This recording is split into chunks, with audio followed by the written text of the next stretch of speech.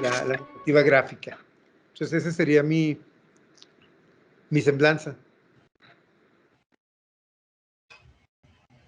Muchísimas gracias, Willy. Bienvenido. Y de igual manera voy a pedirle a nuestra invitada Mónica que si pudiera hacer también una presentación. Sí, por supuesto. Hola y buenas tardes. Es un honor compartir este espacio con ustedes. Yo soy Mónica Ortiz Uribe. Soy una radioperiodista aquí en El Paso, Texas, de manera independiente. Estoy trabajando en este momento. Principalmente mando mis reportajes a la red nacional pública de radio aquí en Estados Unidos, conocida en inglés como National Public Radio. En los últimos meses he estado trabajando en un podcast sobre los feminicidios de Ciudad Juárez que salió este verano y terminó en agosto. Y en ese proyecto nos prestó su ayuda a Julián. Y pues, pero he sido su fan y seguidora desde mucho antes, de hecho antes de ser periodista y yendo a la escuela, viendo sus trabajos, sus fotografías, y respeto mucho su visión y la realidad que traen sus fotos a Ciudad Juárez. Pues muchas gracias, bienvenidos. Esta mesa se dio a raíz de muchas charlas que tuvimos con Julián en la formación de este proyecto del coloquio, y durante todos estos años habíamos tenido la ilusión de traer un proyecto que tuviera que ver con el periodismo. Creo que casi todos los amigos de Julián coincidimos en que tenía demasiados amigos y siempre tenían una anécdota de esos amigos. Entonces, cuando empezamos a ver la posibilidad de que todo se estaba manejando por la red, vimos lo imposible de reunir a sus amigos en esta conversación. Y él inició enviando correos a Cecilia, a Dudley, a Nacho, a Willy, a Mónica, desde aproximadamente más de 2 meses. Estuvimos planeando esta mesa y bueno, creo que es, como dice Willy, es un placer y nos reconforta poder estar haciendo esto en memoria de él. Vamos a dar inicio y lo que queremos plantearles en esta mesa es, durante su trayectoria, sobre todo desde esta perspectiva crítica, trabajando como periodistas en el terreno de Ciudad Juárez, nos gustaría que esta introducción nos presentaran cuáles han sido la experiencia que consideran que han ejercido dentro de la ciudad en su trabajo de campo como periodista. Podemos empezar en el orden de las presentaciones, con Dudley. Pues yo realmente, yo visité a Ciudad Juárez la primera vez en 1986, durante las elecciones para el gobernador, que robó en esa elección, robó el PRI, y había mucha efervescencia en Ciudad Juárez, si recuerdan ustedes. Luego, en los años después de eso, Ciudad Juárez para mí fue algo de temas de las maquiladoras, las mujeres de las maquiladoras, el crecimiento de Juárez y todo eso. En 93 hicimos una nota sobre el Río Bravo, Río Grande, y parte de eso yo pasé tiempo en Ciudad Juárez escribiendo sobre el crecimiento y la pobreza, ¿no?, de la gente, de todos los migrantes que habían llegado desde el interior de México a la Ciudad Juárez. Y luego dejé por mucho tiempo visitar Juárez porque México es un país muy grande, pero luego con la violencia de 2008 llegué en octubre de este año porque en este año 2008 los homicidios se dispararon en Ciudad Juárez y ahí conocí a Julián. Y desde ese momento hasta 2012, Julián y yo trabajamos mucho, intensamente juntos. Julián era mi guía, mi amigo, mi fotógrafo, o sea, él me llevó a partes de Ciudad Juárez que casi sin él iba a ser imposible visitar o conocer esas partes de la ciudad. Y la verdad es que revisando mis notas de esos años, es increíble. Cada nota que me da orgullo o me da un poquito de satisfacción de escribir la realidad de Juárez durante esos años tan violentos. En cada nota, Julián tiene las fotos, o sea, fotos excelentes, o sea, y nos metimos en colonias y barrios muy importantes, explicando a los sectores de Texas y de los Estados Unidos la realidad que estaba pasando ahí. Julián y yo lo vi, yo me hospedaba en el Hotel Lucerne cada vez que visité la ciudad y visité a Julián en su oficina, llamada oficina, ahí en el restaurante de Sanborns, ahí enfrente. Y luego, después de trabajar un día, nos reunimos otra vez en mi oficina, que era de Applebee's, ahí un poquito cerca, porque para nosotros en esos tiempos, los dos restaurantes fueron los más seguros en la ciudad, porque eran de mucha violencia. Julián, para mí, yo en esos años, antes de llegar a Juárez, yo aprendí mucho del libro que Julián hizo con Charles Bowden, Ciudad Juárez, Laboratorio de Nuestro Futuro. Un libro excelente, explicando lo que iba a pasar en Juárez en los años violentos.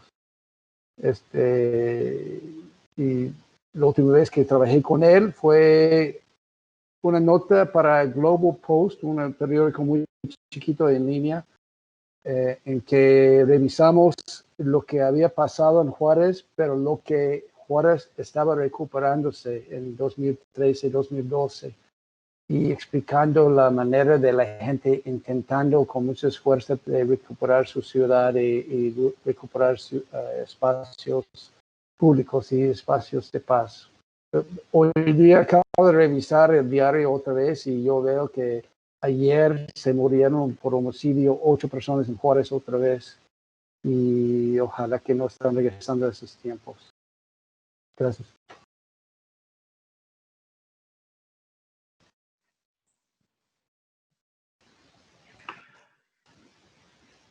Bien, es mi turno, ¿no? Sí. Bien, voy a obviar toda la parte de los 90, que es cuando tanto Wilibaldo, Julián Cardona y yo trabajamos en el Diario de Juárez, porque me parece que entonces, si bien teníamos una noción de cómo estaba pervertida el trabajo de la policía y de los ministerios públicos, tanto del orden estatal como federal, creo que nos embargaba una enorme inocencia respecto a la profundidad que posteriormente veríamos y la complejidad también del fenómeno criminal y social en Ciudad Juárez, ¿no? Julián me acompañó en esta aventura a la Ciudad de México cuando nos fuimos a fundar la revista Día 7 junto con Alejandro Páez, que también es otro juarense, y Jorge Cepeda Patterson, que en aquel momento dirigía el Universal, ¿no? Entonces tuvimos que tener esta distancia de la ciudad para terminar de comprender qué era lo que a nuestro juicio verdaderamente estaba sucediendo, no solamente en Ciudad Juárez, sino en buena parte del territorio mexicano. Pero yo creo que la clave, y esto quizás lo conversamos entre varios que estamos aquí ahorita, nos la dio Nuevo Laredo, Texas, en 2003, 2004, cuando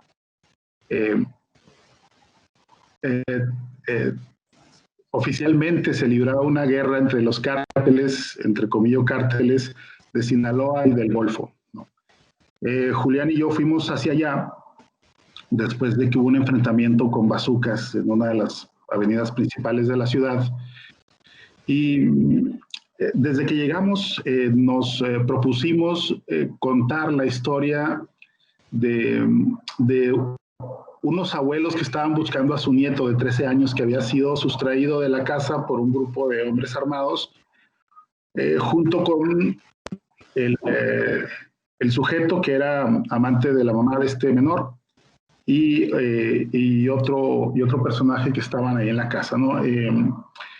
Nunca aparecieron sus cuerpos, pero siguiendo el hilo de esa búsqueda de los abuelos, nos pudimos dar cuenta que aquello no era una guerra entre cárteles, sino era una guerra fratricida en la que participaban militares, policías, dos facciones de policías federales y las policías locales. Entonces, nos tocó ser testigos de madrugada de un asesinato múltiple en una colonia que creo que se llama Madero, que es una colonia de clase alta en la ciudad, que estaba sitiada completamente por militares, y a mitad de la madrugada nos despertó el resplandor de una casa en llamas y fuimos corriendo hacia allá, así de cerca estábamos. Y lo que fotografió Julián y lo que estábamos viendo era que sacaban cuerpos de tipos con uniformes de la AFI, y al día siguiente la prensa reportó que se trataba de miembros del cártel local disfrazados de policías, es decir, la misma mierda, la misma mentira toda la vida, ¿no? Esa versión oficial que por más desgastada que esté, no deja de funcionarle a la autoridad. Y en ese momento iniciamos, Julián y yo, una serie de conversaciones que cada vez se fueron complejizando y profundizando más, con un hambre sobre todo de comprender qué era lo que estaba sucediendo. Yo los años previos a esa escena en Nuevo Laredo, había estado incursionando mucho en los territorios por donde pasa la cuenca de Burgos, porque acabamos de lanzar esta revista Energía Hoy, de la que fui el primer editor, y es cuando comenzamos a concatenar estas conflagraciones de violencia sobre territorios que despertaban la codicia tanto de los grupos políticos, gobernantes y empresarios regionales, y desde luego también de otros actores de más alto nivel ya enquistados en el gobierno federal, ¿no? Entonces, cito esto para llegar a Ciudad Juárez, ¿no? Es en ese momento en que Julián regresa a la ciudad, 2004 más o menos. Yo permanecí en Ciudad de México, y a partir de ese momento comenzamos a tener otra lectura y otra visión, un análisis diferente también sobre las cosas que se estaban abatiendo sobre la ciudad, sobre este punto de la frontera. Así es como nos encuentra el 2008 o 2007, primero con algunas claves de cómo estaban penetrando avanzadas de grupos paramilitares, que posteriormente terminarían envueltos en estas masacres y desapariciones que se cometieron sobre todo entre 2008 y 2010, más o menos, comienzos de 2010 en la ciudad, ¿no? Entonces, bueno, la riqueza de cada encuentro, de cada conversación, fuera telefónica, fuera presencial, entre ambos, creo que nos fue nutriendo, si bien es cierto que teníamos nuestras discrepancias, pero en la base analítica de ambos siempre prevaleció una visión mucho más global, mucho más compleja y mucho más profunda sobre las cosas que se estaban abatiendo en Ciudad Juárez, ¿no? Y Ciudad Juárez nos sirvió también como ejemplo para comenzar a penetrar en otras atmósferas, en otras escenas dentro del territorio mexicano, y posteriormente, en mi caso, en Sudamérica, donde la correspondencia entre la cuestión extractivista y la violencia y el fenómeno del narcotráfico como pretexto para generar estos cuadros de terror guardan similitudes que no terminan, ¿no? Y es así como en la última conversación que tuvimos, un par de días antes de que él falleciera, hablando justamente sobre este conversatorio, pues pusimos en el orden, ¿no? Es decir, nos podíamos analizar qué era lo que estaba haciendo, en este caso, el gobierno de López Obrador, con todas estas prerrogativas que se le está dando a las Fuerzas Armadas en México y a la Marina, y las implicaciones que ello tendría y tendrá, sin lugar a dudas, en la nueva realidad mexicana, y por supuesto, en estos ecos de violencia que se siguen teniendo, no solamente en Ciudad Juárez, sino en buena parte del territorio de Chihuahua y desde luego de México, ¿no? Entonces, pues con esto partiría yo a abrir la conversación en la que estamos reunidos ahora.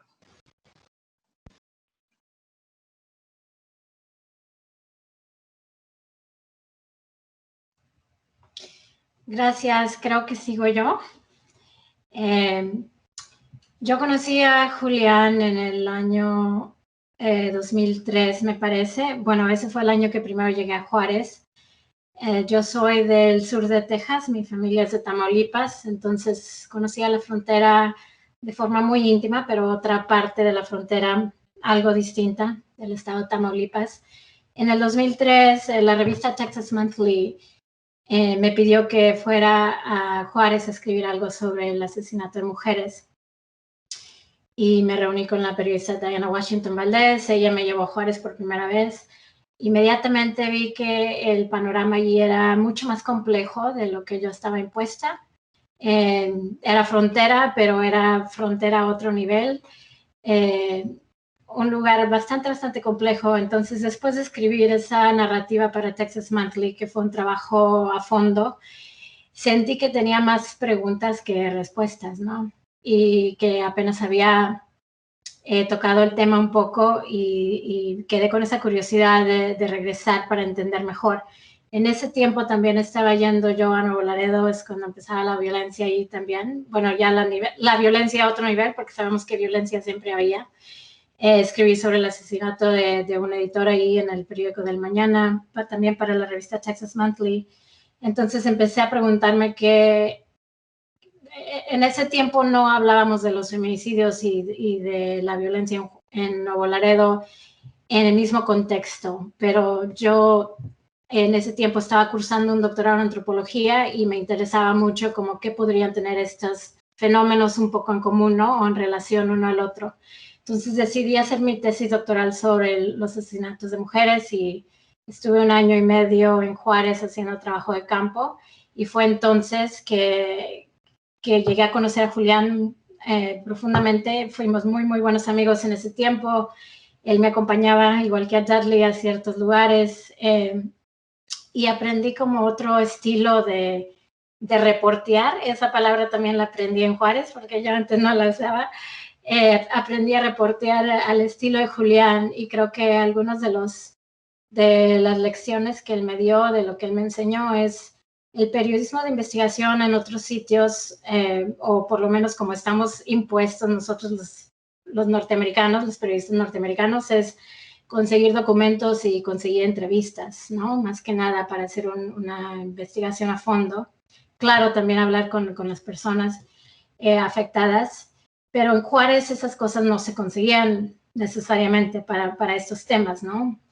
Y Julián me mostraba que lo primero que él quería hacer cuando sucedía un asesinato cualquiera, ¿no? O sea, igual que todos, que uno podría poner como en cierto marco de que, bueno, los asesinatos entre pandillas. Y él decía, vamos a la vecindad, aunque no hubiera nadie que pudiéramos entrevistar, quería ir, quería observar, quería ver dónde vivía la persona, quiénes eran los vecinos, cuál era todo el entorno social y económico en el que vivía esta persona. Y así, de cierta forma, trabajaba él mucho como un etnógrafo, como un antropólogo. Creo que por eso nos llevamos también. Entonces, aprendí a hacer eso en Juárez, como buscar, en Juárez creo el periodismo tiene que ver con encontrar patrones, porque uno no siempre tiene respuestas, bueno, casi nunca tiene respuestas claras, ¿no? Con conclusiones claras. Entonces es buscar los patrones entre los crímenes, entre los sucesos, entender todo el entorno social y también entender todos los diferentes niveles de intereses económicos y políticos que se dan en cualquier contexto. Entonces es todo lo que puedes ver y todo lo que no puedes ver, ¿no? Entonces fue un proyecto a largo plazo. Para mí, yo elaboro una tesis y tengo todo un marco teórico en el que entiendo la violencia de género contra mujeres, también contra hombres, también en relación al narcotráfico, al papel de las fuerzas estatales, federales, y en relación al conflicto de territorios, pero en un sentido más amplio, ¿no? Conflicto de territorios a todos los niveles, con empresarios, con políticos, con fuerzas de policía en ambos lados de la frontera, etc. Es un panorama muy complejo. Julián siempre también me recordó que en Juárez, me decía él que los periodistas extranjeros que ahí encontrábamos como nuestra causa, ¿no? Nuestra razón de ser. Entonces también de ser cuidadosos, por ejemplo, con el asesinato de mujeres, de que uno venía como con su marco teórico, su agenda política, y si eran las maquiladoras, o si era el machismo, o si era el narcotráfico, la situación se podía leer de diferentes formas.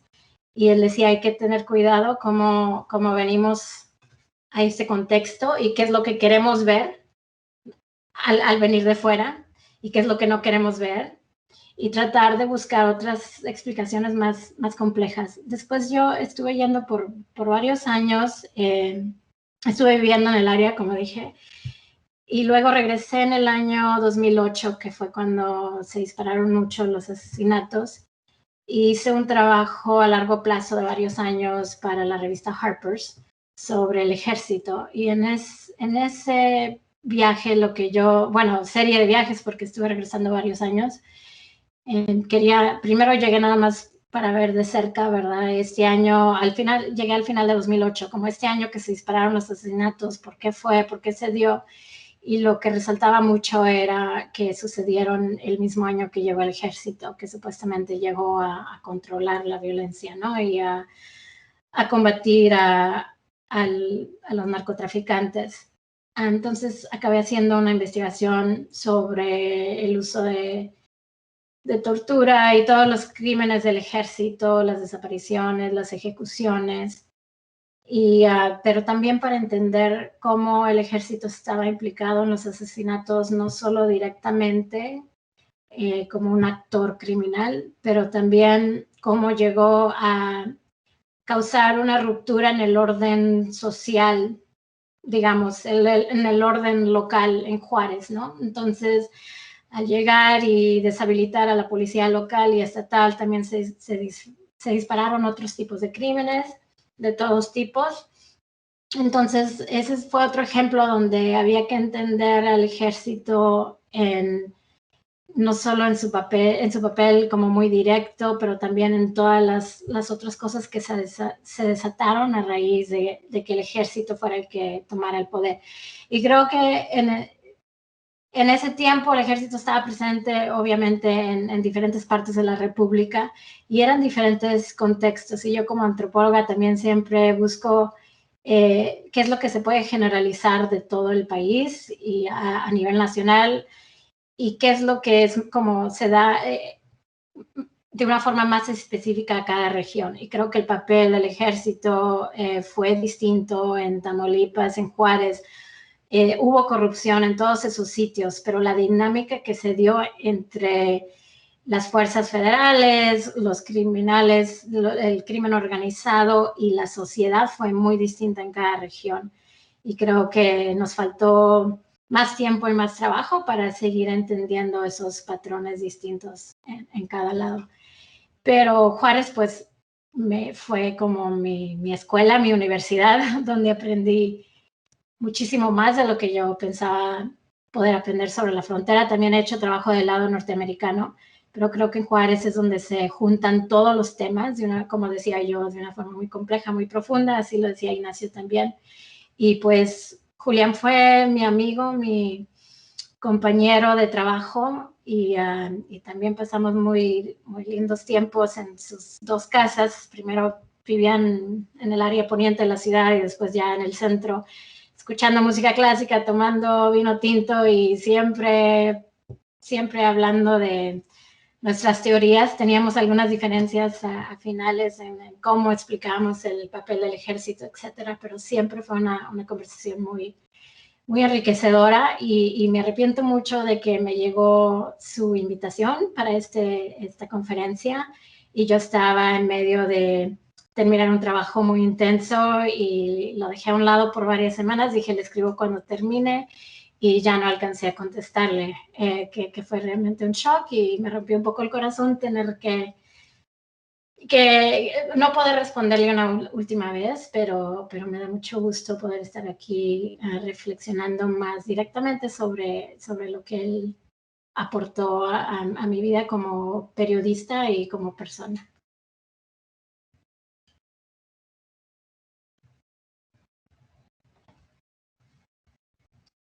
Estoy segura quién siga después de mí.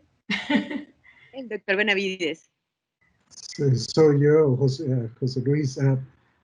Gracias por la invitación. Me siento que en realidad estoy como espiando en lo que ustedes, en el trabajo que ustedes han hecho y en la manera en que interactuaban con Julián, ¿no? Para nosotros, la relación con Julián fue una relación iniciada por Chuck Bowden en Molly Molloy, con la idea de crear un archivo, de archivar y preservar una historia que quizás se desvanecería, ¿no? Y lo que yo también podría decir cosas muy lindas acerca de Julián, que yo creo que ustedes eran quizá personas más cercanas a él, ¿no? Sobre todo algunos de ustedes son amigos han sido amigos de él por mucho tiempo.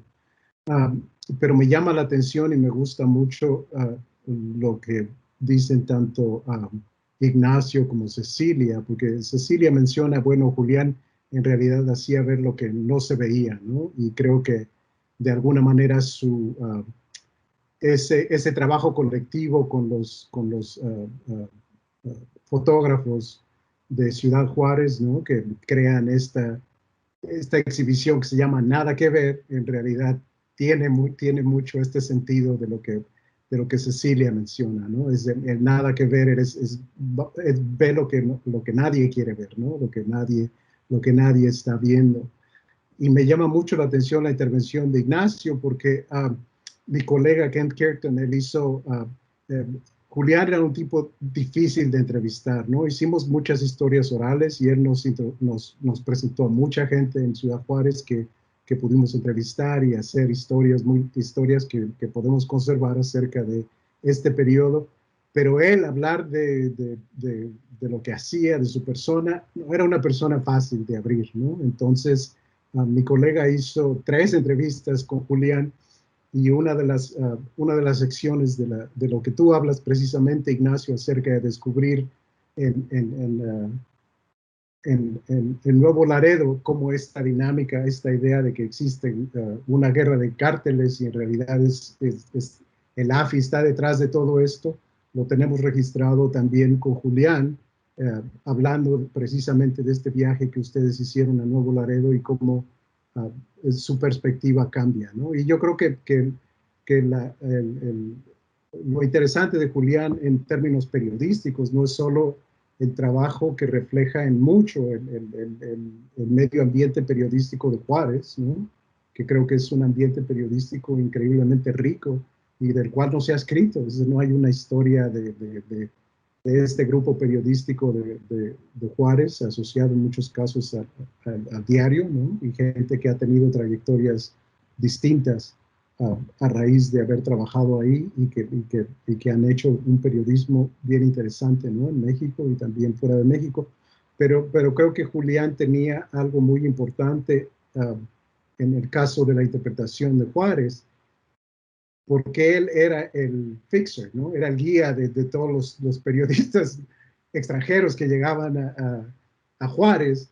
Creo que él podía en realidad en algunos casos avanzar historias, ¿no? Y en este caso, en el caso de la anécdota que Ignacio está contando acerca de, bueno, descubrimos esto, que es una ficción, la idea de la guerra entre cárteles, y es en realidad una guerra entre distintas agencias de seguridad del gobierno, incluido el ejército.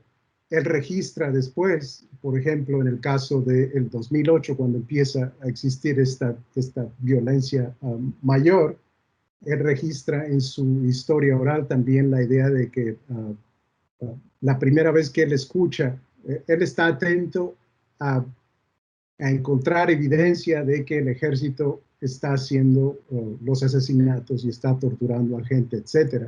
Y dice, la primera vez que escucho esto es de labios de Josefina Reyes y Judith Galarza. Y lo que él hace inmediatamente después es esencialmente vender la historia a Scott Carrier de NPR.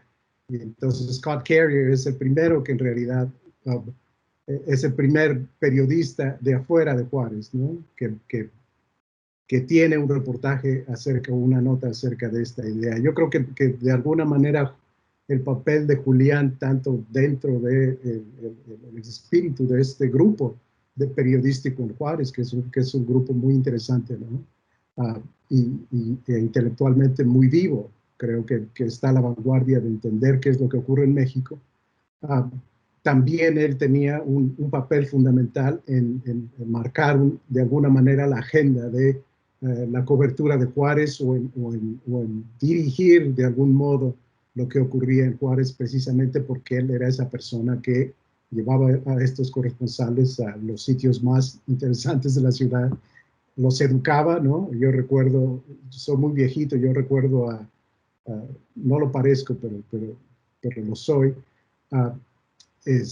yo recordaba un artículo de Carlos Monsiváis, ¿no? Que hizo en ese entonces era una revista en inglés que La Jornada publicaba y era como un manual de qué hay que hacer con los corresponsales extranjeros, ¿no? Cómo hablar con ellos, no darles una historia larga acerca de México. Si no hables de la conquista, habla de algo más reciente para que entiendan, etcétera, etcétera. Y yo creo que Julián cumplía ese papel de una manera muy inteligente, ¿no? De una manera muy... evidentemente es única porque él es un personaje singular, era un personaje singular, ¿no? Pero creo que hay algo en cuanto a la cobertura de Juárez que se debe al trabajo de Julián, ¿no? Y en realidad no quisiera acaparar la atención porque sé que ustedes quizá tienen cosas más interesantes que decir que yo.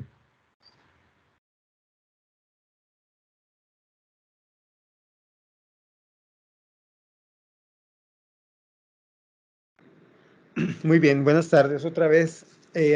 Bueno, yo quiero hacer antes que nada una especie de nota de pie a lo que dijo Nacho. Yo creo que cómo llegar a este tipo de conclusiones a las que él se refirió en relación a que era el ejército el que estaba detrás de todo esto, que no había cárteles como tales, etcétera, tiene que ver con la percepción aguda y el trabajo de investigación y la experiencia en el campo de reporteros como Nacho y como Julián. Pero también yo creo que como contraparte a esto hay que pensar en un contexto y en una suerte de memoria histórica que hay en la ciudad sobre estos temas. Y me gusta mucho que José Luis acaba de mencionar a Judith Galarza, por ejemplo. En los 90s, cuando empieza a surgir el tema del feminicidio, los asesinatos de mujeres, que no los conocemos como feminicidios, sino como asesinatos de mujeres, Y entonces empieza a haber un activismo y una reflexión sobre qué está pasando, una serie de preguntas, ¿no? Desde la ingenuidad a veces y la inocencia que mencionaba Nacho.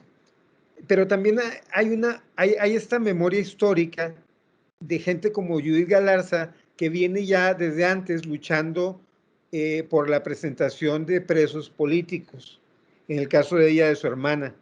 Y hay una memoria sobre qué papel juega el ejército en construir estas realidades o estos imaginarios ficticios que le dan coherencia, cierta explicación que le interesa promover al Estado. Y también cómo involucran el tema de las drogas en la criminalización de la disidencia política. Entonces, ese es un tema de los 70s, ¿verdad? Y es muy interesante que sean personas como Judith Galarza las que responden al tema del feminicidio. Es decir, ya la ciudad tiene una memoria de la lucha contra las desapariciones y por la presentación de mujeres y hombres desaparecidos por razones políticas e incriminados, criminalizados por otras razones, y aquí toma otra forma, ¿no? Entonces me parece que no es una casualidad, sino es parte de un continuum histórico que habla de una ciudad que, aunque sea aunque esté avasallada por algunos temas, responde históricamente a estas cuestiones. Y a lo mejor en los 70s y en los 80s no hay un periodismo que logre articular esto como sí lo empezó a ver a partir de los 90s. También es importante mencionar como una especie de la ecología informativa que hay en ese momento. O sea, en ese momento la ciudad ya tiene alrededor de 12 canales de televisión del Paso y de Estados Unidos. O sea, la gente en Juárez y El Paso a principios de los 90s puede ver como 12 canales de televisión, la mayoría de ellos en español. Y luego hay el periódico más importante e influyente, es un periódico en español, es el Diario de Juárez, a mediados de los 90s, sin duda. O sea, es el periódico que circula no solamente en Juárez, tiene un tiraje de 50,000 ejemplares, sino que también circula en El Paso y en algunos otros lugares cercanos y en la ciudad de Chihuahua. Posteriormente habría un Diario del Paso, pero en ese momento era el Diario de Juárez, en el que se nutrían sobre temas internacionales e incluso sobre temas de Estados Unidos, porque era un periódico grande en sus instalaciones, en su circulación y también en el número de sus páginas.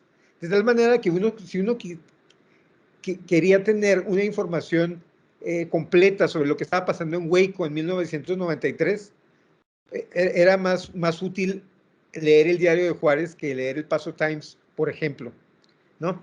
Y esto es un momento justamente anterior al Internet. O sea, el Internet ya estaba, ya existía, pero no existía como lo conocemos ahora. Fue en los 90s donde se dio esta transición. Entonces, en ese momento, el diario jugaba ese papel. Y también jugaba un papel importante como formador, así como lo que comentaba Cecilia, ¿no? Que Juárez fue como su escuela. Aquí, pues para nosotros, el diario fue un espacio de formación, discusión, controversia, y que no necesariamente se reflejaba siempre en sus páginas, pero se daba al interior de la redacción. Y es un momento clave, y aquí me voy a referir a Julián y su papel como fixer, al que se refirió también José Luis, que me parece muy interesante y muy provocador lo que dices. Tú no sabes qué tan provocador es, porque a lo mejor no tuviste esta conversación con Julián, pero, o a lo mejor sí la tuviste y Julián fue muy diplomático. Pero Julián, se hubiera puesto mal al ser caracterizado como fixer, porque él no se pensaba a sí mismo como fixer. En fin, pero lo cierto es que Julián representa una transición muy interesante entre el fixer y el intelectual público.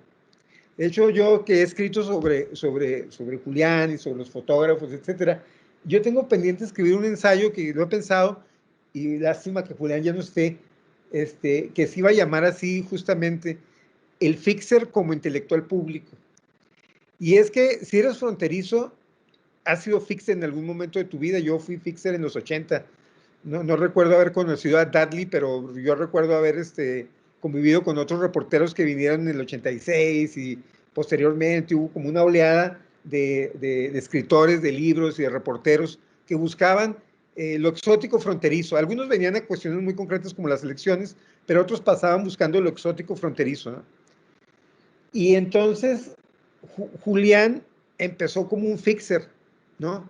Y el papel de los reporteros gráficos en aquel tiempo eran de ilustradores de las notas de los corresponsales extranjeros. Pero justamente en los 90s, con fotógrafos como Julián, como Jaime Balleres, como algunos otros, esto empezó a cambiar porque los fotoreporteros ya no se conformaban solamente con que sus fotografías ilustraran los periódicos.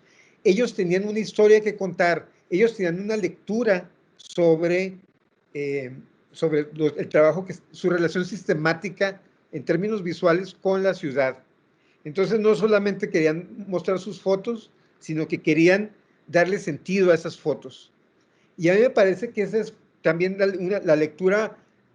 Charles Bowden hace una lectura magistral de eso y se da cuenta que parte de lo que hay que contar es esta mirada de los fotógrafos. Ahora, yo tengo una visión crítica sobre el trabajo de Bowden, pero ahorita no me voy a ocupar de eso. A lo que quiero ir es a reivindicar la gran habilidad que tuvo Julián y el gran crecimiento que tuvo. Cuando salió el libro El laboratorio de nuestro futuro, ¿cuál es el laboratorio de nuestro futuro? Fue reseñado en el New York Times por Vicki Goldberg, que es una crítica de arte importante, de referencia, ¿no? En el New York Times, que es el periódico de referencia en Estados Unidos y en el mundo. Y entonces ella ponderaba de manera muy positiva la fuerza expresiva de estas fotografías a color, pero les restaba el mérito del documental.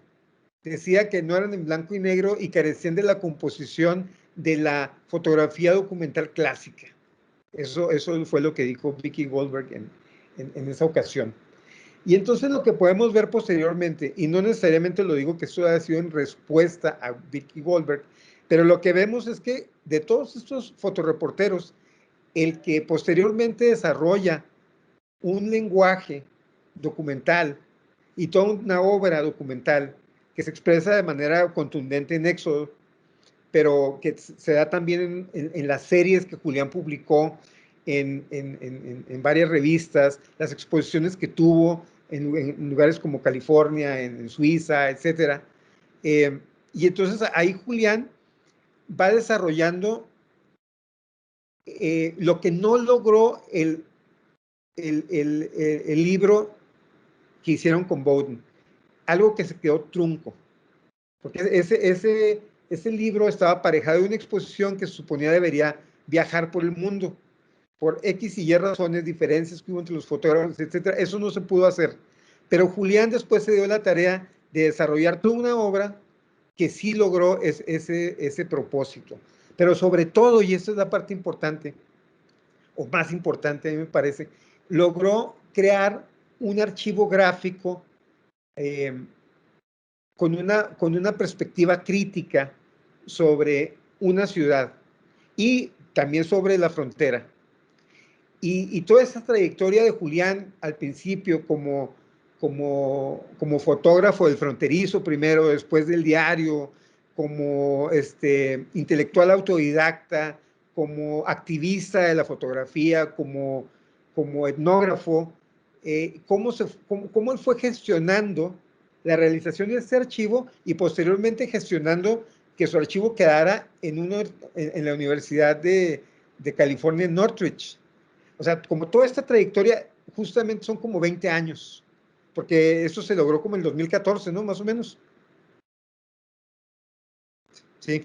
Entonces a mí así de entrada lo que me interesa posicionar, pues, es esta trayectoria de Julián, de reportero, digamos, común y corriente, con una serie de intuiciones y una serie de talentos, a desarrollarse como un intelectual público que finalmente se convierte en el punto de referencia de un montón de gente que pasa, al único que no, desde mi perspectiva, al único que no logró educar porque ya estaba muy complicado fue a Charles Bowden, pero sí él era una escuela, y esto me parece que no es poca cosa, es algo como muy importante.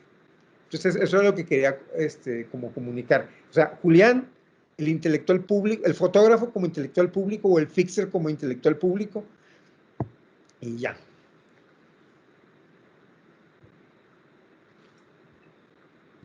Bien, bueno, yo creo me toca a mí, pero la verdad ya no hay mucho que decir.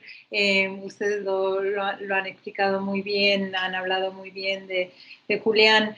Para mí, Ciudad Juárez principalmente y al principio fue mi ciudad vecina, mi ciudad hermana, a donde íbamos a dominguear después de misa con mi bisabuela, a comer, a ir al mandado.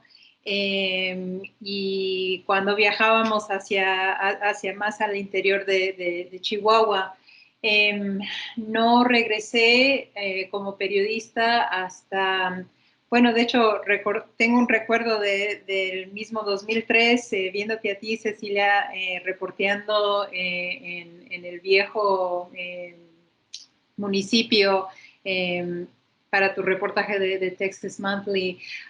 Desde entonces yo aún estaba en la universidad con ambiciones de ser periodista y regresé a la ciudad en el 2009 cuando pasó cuando estaba la ola de violencia, con la intención de contar la historia de las víctimas de esa ola de violencia, principalmente para presentárselas a una audiencia americana, tratar de mostrar lo que estaba pasando en la puerta de nuestro país.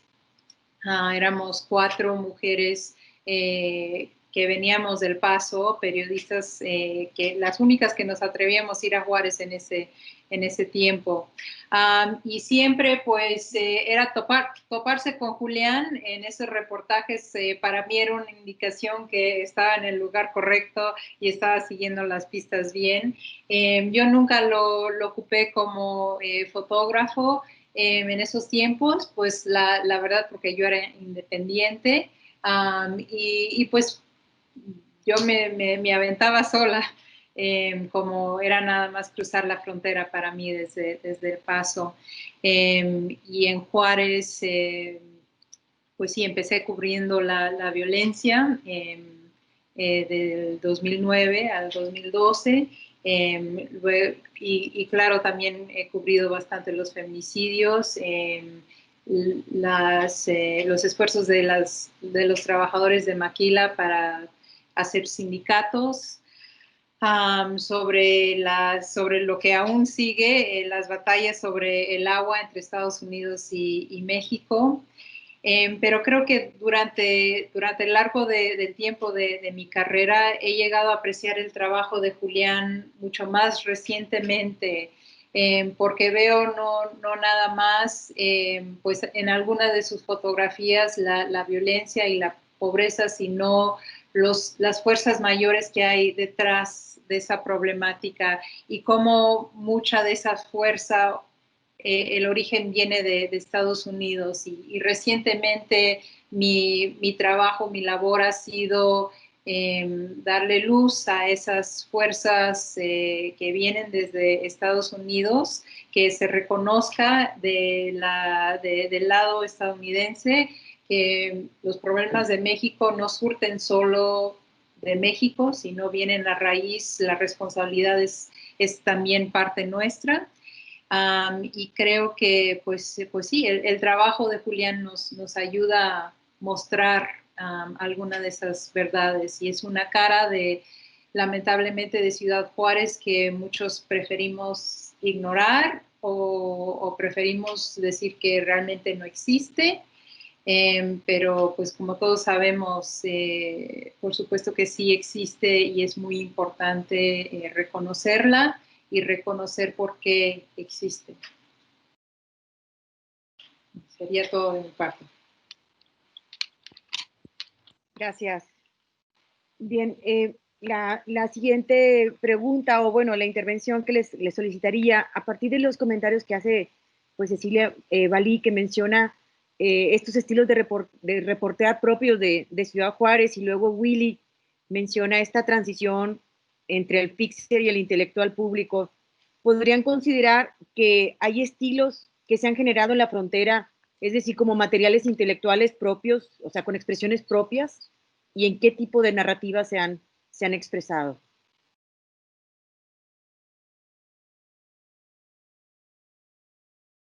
Bueno, invito a que inicie Willy. Es pregunta para Willy, ¿no? No te escuchas. No, yo creo que Nacho debería empezar porque Nacho es... Pero bueno, yo para hacerle un paro voy a empezar. A ver, yo creo que hay cosas que no son un estilo juarense, yo creo que son cosas básicas del periodismo, ¿no? Es decir, no solamente se investiga desde el campo, se investiga también desde una concepción del mundo. O sea, un periodista que se precie de ser un periodista serio, debe reconocer que tiene una percepción del mundo y debe nutrirse o sea, de eso. O sea, uno no sale a la calle a encontrarse con la virgen realidad. O sea, todos los días sale uno y la realidad virgen está esperando para que uno la encuentre como Cristóbal Colón descubrió América. No, la realidad está estructurada de manera económica, cultural, política, etcétera, y el reportero, sea fotógrafo o sea escritor, tiene un bagaje, ¿no? Y bueno, poco a poco, conforme va ganando experiencia, el reportero se va dando cuenta, y Nacho yo creo que nos puede ilustrar al respecto, porque Nacho es una leyenda del periodismo de investigación juarense, como recientemente fue publicado en un conocido chat. Y él, obviamente, cuando sale escoge un tema, es porque lo ha pensado, ¿no? Lo ha pensado, tiene ya una idea, y no se trata de ir a corroborar lo que ya se pensó a priori, como algunos periodistas sí lo hacen, pero sí, no, tampoco se va de manera virginal a encontrar a la virgen realidad. Pues no, hay una perspectiva, ¿no? Entonces, en ese sentido, el trabajo del reportero tiene un trabajo de gabinete también y un trabajo teórico, ¿no? Igual, hablando de Julián era una persona que no solamente tenía ideas que defendía con fuerza, sino también tenía como teorías, hipótesis, tesis. De hecho, él y Julián y Nacho, nosotros, sus amigos que los queremos, los conocíamos como los tesistas.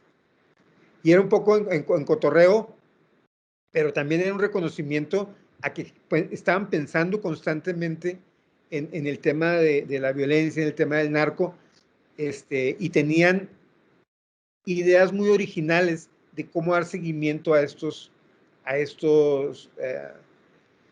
temas. Entonces yo creo que la contribución en todo caso en Juárez fue que nos llegan los experimentos, primero la militarización, a ver cómo se reacciona ahí.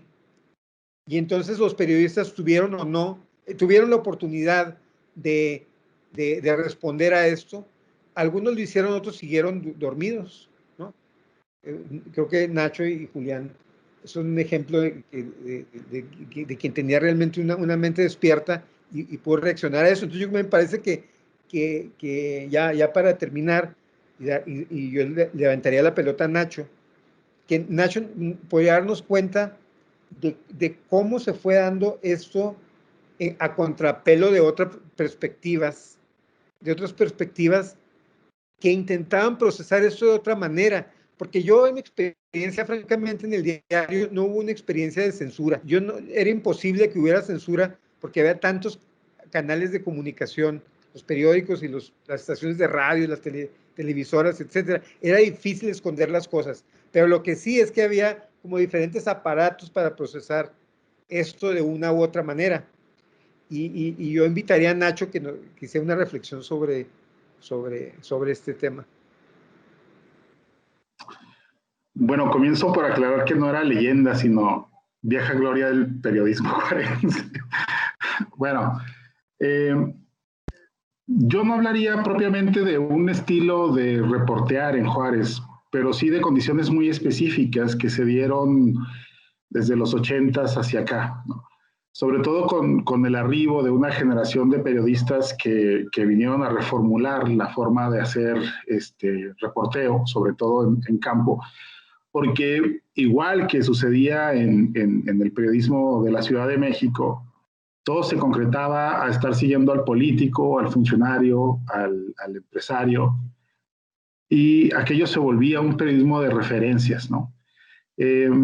Hacia finales de los 80s, esta nueva generación de periodistas que estaban ahí, Willy entre ellos, comienzan a hacer un trabajo en campo, y ya cuando nosotros arribamos en fines de los 80s, comienzos de los 90s, digamos que ya estaba muy bien encaminada esa manera de hacer periodismo. Es decir, ya no existía solamente esta cobertura por fuentes en donde iba a recogerse la declaración o la opinión de los actores sociales o de ciertos actores sociales, sino que ya había, sobre todo en el campo del reporteo policíaco o criminal, una forma diferente, o al menos la forma en que en mi caso encaré pues esta cobertura.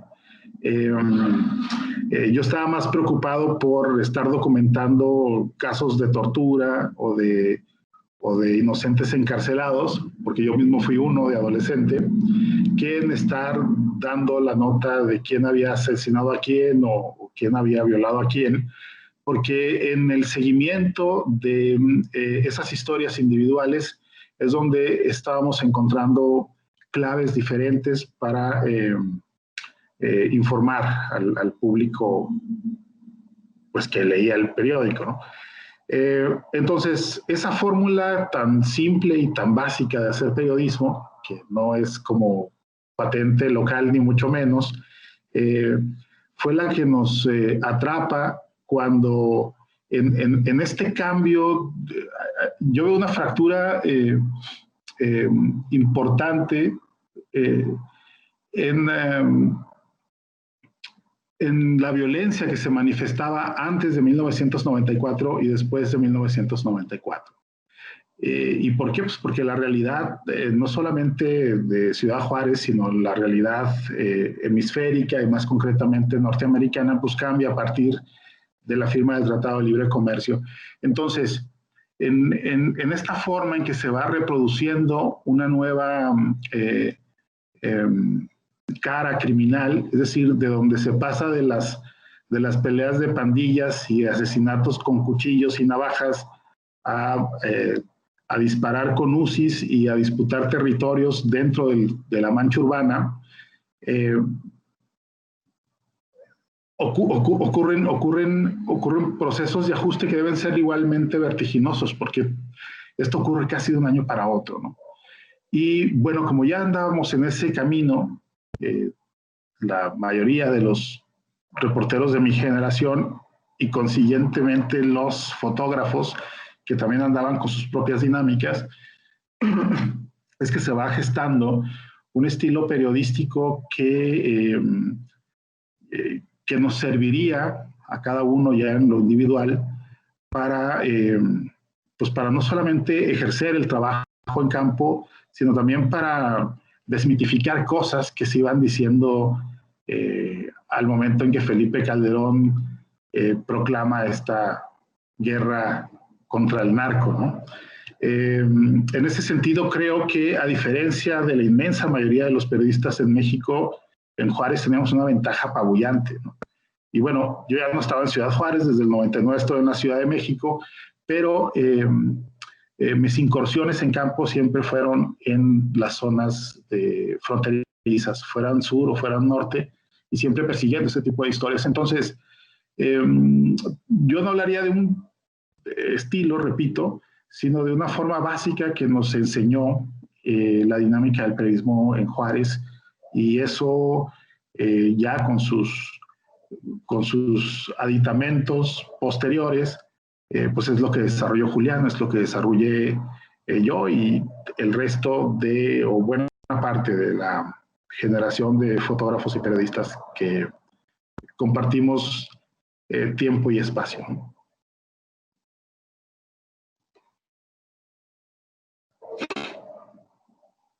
¿Alguien más sigue o qué onda? Cecilia, tu micrófono está cerrado. Perdón. Cada vez se me olvida. Quería solo agregar un poco, estoy de acuerdo con Ignacio.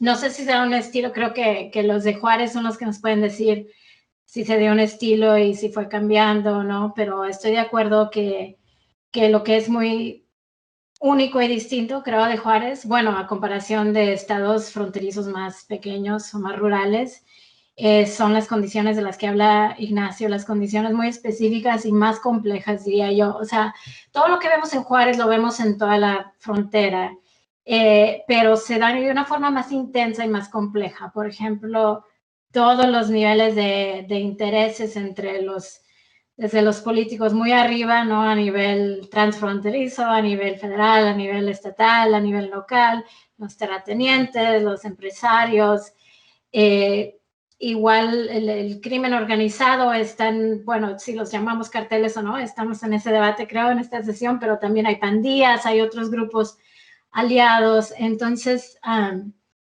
sí creo que el contexto es mucho más complejo, por ejemplo, que en Tamaulipas. Las maquiladoras, los dueños de las maquiladoras tienen más poder, siento yo, en Juárez. O sea, tienen poder en toda la frontera, pero en Juárez son una parte muy, muy importante que está muy, muy ligada a la política y unos dicen quizás ligados al crimen organizado, no sé, pero digo, es como un actor mucho más fuerte, más presente. También creo que en Juárez se ha podido ejercer el periodismo de una forma que no se ha podido ejercer en estados como Tamaulipas, en Coahuila, más o menos. Entonces, cuando estaban esos años de las operaciones conjuntas, se podía analizar. O sea, creo que el trabajo, aparte del trabajo de los 90s en el diario Juárez, el trabajo que se hizo cuando estaba la Operación Conjunto Chihuahua, quiero reconocer a personas como Sandra Rodríguez y sus colegas que estaban haciendo una crítica muy dura a diario, criticando esas operaciones de una forma que no se pudo dar en otras partes de la frontera. O sea, en Tamaulipas ni hay periodismo, ¿no? Entonces creo que también por eso relacionamos ese estilo, le queremos llamar estilo de periodismo fronterizo a Juárez, pero es porque ahí se pudo dar. Ahora, yo no he trabajado en Tijuana como periodista, no sé si otros colegas quieran comentar sobre Juárez versus Tijuana, pero sí creo que Juárez es donde se pudo dar el periodismo fronterizo. La violencia se dio de formas muy distintas y yo decía en esas fechas del 2009, 2010, que la violencia en Juárez era un poquito más, o sea, había patrones y habían actores, pero era, no caótica, pero era como, no era tan, el control no era tan perfecto como era, por ejemplo, en Tamaulipas. Entonces, en Tamaulipas, en Juárez, decías como periodista extranjero, voy a reportear y ojalá que no me toque estar en un semáforo. Como periodista juarense era muy distinto, ahí sí, ¿verdad? Los perseguían, los observaban. Pero como periodista extranjero uno podía entrar a Juárez más o menos y moverse. En Tamaulipas uno no podría entrar y hacer trabajo, o sea, inmediatamente te observan cuando entras. Entonces sí creo que Juárez ha sido donde hemos podido, incluso los fuereños, los extranjeros, reportear sobre la frontera y poder contar estas narrativas que también se dieron en otras partes, pero no se pudieron contar de la misma forma.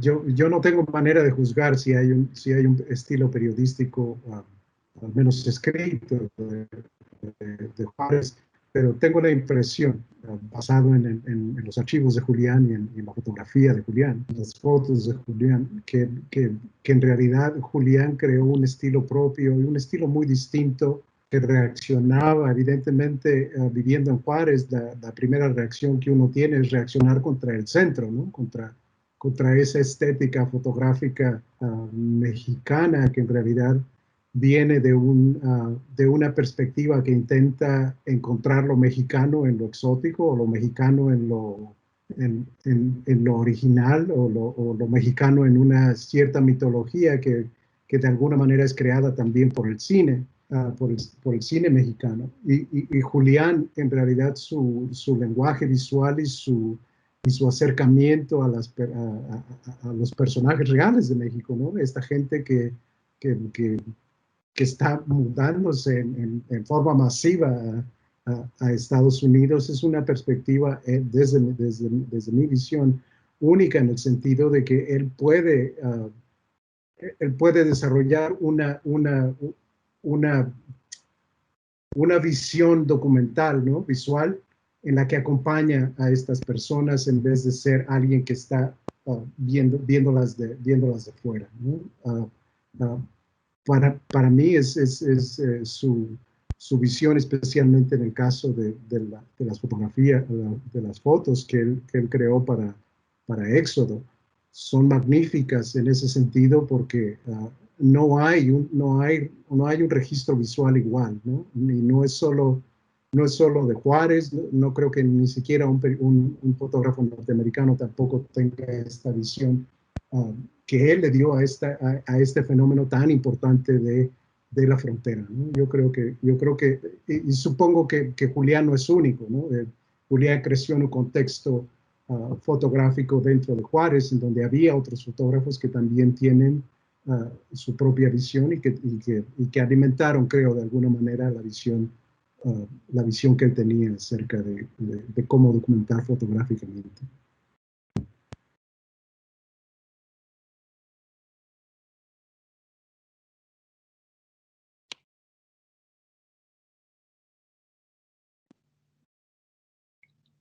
Dudley, no sé si quieras opinar. El micrófono. Sí, gracias. Mire, nunca compartía yo ni comparto la visión de Julián completamente ¿me escuchan? Perdí este video. Híjole. Te oyes bien, te oyes bien. Ok, mire,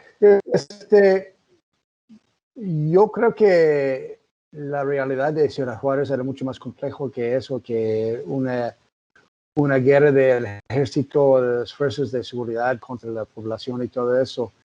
Pero la realidad para mí de Ciudad Juárez era de una ciudad ejemplar de globalización y todo eso, todos esfuerzos de todo eso que estaba pasando en los años de los 90 y en los principios de ese siglo. Y cuando llegaron la guerra de narcos, entre grupos de narcos, obviamente el ejército, las fuerzas de seguridad están involucrados de los dos lados, obviamente. Pero eso no es decir que no existía una guerra entre grupos de narcos y todo eso. Es una zona muy importante de transporte de droga hacia los Estados Unidos. Y hay mucha lana involucrada en todo eso. Pero Julián y yo, trabajando juntos por 4 años, muchísimo,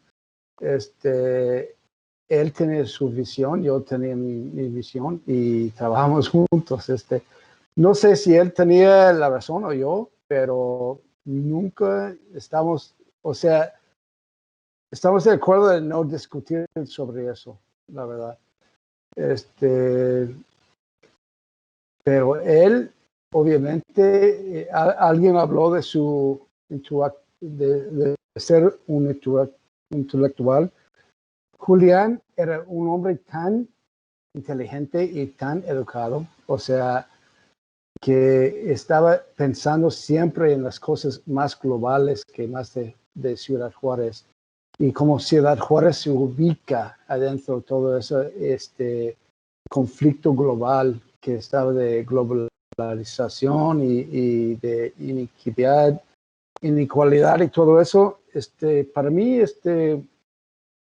es algo más complejo de eso, ¿no? Porque, o sea, en los 90 había una serie de desapariciones del ejército, por parte del ejército, como 200 personas en Ciudad Juárez.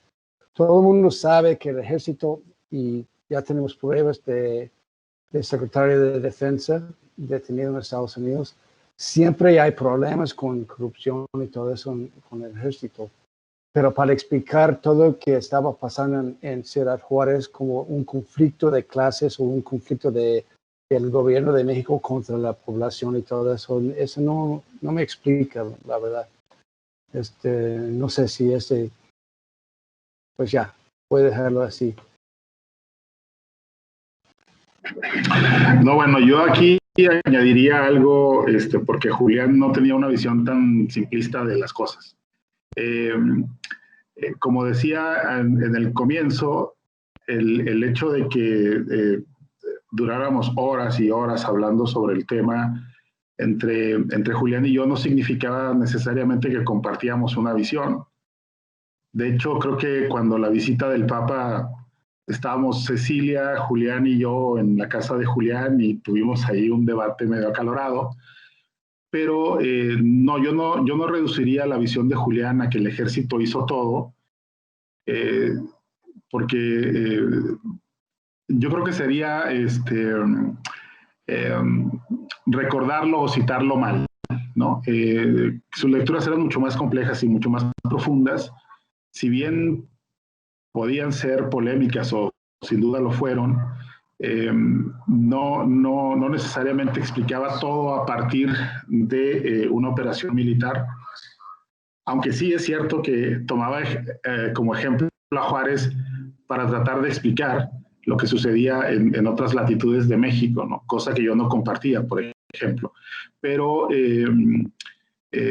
digo, esto es tema de otro debate. Yo nunca he creído en la fortaleza excepcional que le confiere tanto el gobierno de Estados Unidos como el mexicano a los cárteles de la droga. No creo en eso.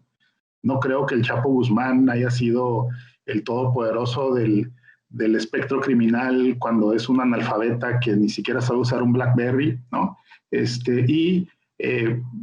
Por el contrario, sí creo en buena parte de la participación, y esto lo dice el mismo presidente actual, cuando habla de masacres y desapariciones que cometían los militares, sin que con ello se explique el fenómeno criminal que se abate sobre México, ¿no? Es tan complejo y tan diverso el asunto criminal que sería imposible resumirlo en una intervención de 5 minutos, pero lo que sí es cierto, y en esto yo me sostengo como periodista, y creo que Julián hacía lo mismo, es en descreer en esta estatura que se le confiere a los grupos criminales en México. No tienen esa capacidad ni de inteligencia, ni de capital, ni de estrategia militar para confrontar a ninguna institución del Estado mexicano. Lo que sí hay, y una muestra de ello es el Cártel Jalisco Nueva Generación, o esto que se hace llamar así, pues son grupos paramilitares en México, ¿no? Y es ahí donde también se puede comprender parte de lo que existe detrás del arresto de Cienfuegos, porque no hay otra manera tampoco de explicar estos grupos de mercenarios y estos grupos paramilitares sin anuencia de las cúpulas generales en el ejército mexicano. Entonces, hasta ahí mi intervención.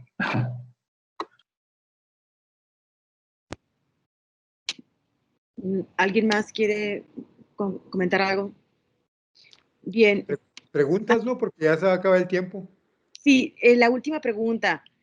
Mencionaba Willy que hubo pues casi un romance con el periódico, el Diario de Juárez, al respecto de la formación de periodistas y sobre todo en esta, digamos, posicionamiento de un periódico. Ahora con como casi apagón que se ha dado no solamente en el Diario de Juárez, sino en otros medios, ¿cuál es la experiencia que se percibe ahora como periodistas? ¿Es más difícil trabajar ahora con este apagón de esta, digamos, efervescencia que existía en los 90? Ya que me citaron, pueda contestar. Romances hubo muchos en aquella época, Nacho no me dejará mentir. Julián estuvo involucrado en algunos de ellos, pero eso no quiere decir que nuestra relación con el diario haya sido romántica. De hecho, éramos bastante críticos del periódico en aquel momento, pero con el paso de los años, lo que hemos reconocido es que, digamos que hay dos diarios de Juárez. El diario que es como la directiva de la empresa y sus criterios y sus estrategias y su línea editorial, contra la que nosotros a veces tendríamos que navegar, ¿no? Y, y la otra esfera del diario sería, pues, quienes trabajábamos ahí, ¿no? Y que éramos una comunidad al interior y que estábamos como en pugna digamos, con lo que era la empresa. Pero con el paso de los años, yo creo que hay que revalorar algunas cosas. Por ejemplo, yo creo que no es posible, no hubiera sido posible que el diario de Juárez denunciara, o que desde las páginas del diario de Juárez se escribiera y se denunciara la militarización. Por ejemplo, el trabajo de Sandra Rodríguez, al que se aludió, sin que el diario de Juárez no hubiera tenido una posición. Ahora, no estoy diciendo que el diario de Juárez haya sido un adalid de la democracia o de la libre expresión, más bien era una empresa que tenía intereses. Y esto es lo que nos habla, es de la complejidad de los intereses que estaban en juego y cómo la militarización no es algo que se aceptó unánimemente en la sociedad chihuahuense y en particular en la sociedad de Juárez, porque afectaba todos estos intereses, los intereses económicos, la maquila, el comercio, la política, etcétera, etcétera, y el hecho de que era un gobierno federal panista y un gobierno estatal priista, por ejemplo, etcétera. Entonces, todo eso jugaba y tenemos la existencia entonces de estas empresas periodísticas que se alinean o no a una estrategia política o militar o no. ¿Me explico? Porque era muy fácil para el diario de Juárez haber hecho el apagón ahí. El diario, pero me gusta la idea de apagón. El diario de Juárez ha hecho apagones cada 5 años, desde que yo me acuerdo. O sea, hizo un apagón en 1986, después del fraude electoral que recordaba Dudley, y eso generó que un grupo de periodistas fueran despedidos del diario de Juárez y otra parte renunció en solidaridad y crearon un semanario que se llamó el Semanario Ahora, que duró del 86 al 89, por ejemplo, y que también es un tema muy interesante en relación al periodismo en Juárez, pero ese es otro tema. Luego después hubo el apagón de Patricio Martínez en relación al feminicidio, por ejemplo, ¿no? Y luego está este apagón actual. Digo, no son todos los apagones que ha habido, pero el diario de Juárez es una empresa que, como se dice coloquialmente, se hace a donde calientan gordas, ¿no? Pero también hay que reconocer que cuando el diario de Juárez decide jugar de otra manera, permite que entonces todos estos actores entren y hagan su trabajo bien. Entonces yo creo que el tema, eso nos lleva a pensar el periodismo también, no como un asunto de héroes en lo individual, sino como de estos entramados y estos colectivos contradictorios de nosotros mismos como reporteros en su momento, como comentaristas después, pues estamos involucrados como en esta paradoja, donde por una parte necesitamos la fuerza del medio y tenemos una agenda particular de lo que queremos promover dentro del medio, pero encontramos limitantes que a veces son mayores, a veces son menores. Yo así veo pues el apagón actual como parte de una larga trayectoria de prender y apagar.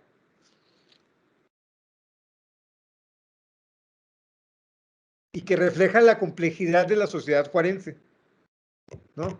Que compleja todo este entramado de intereses.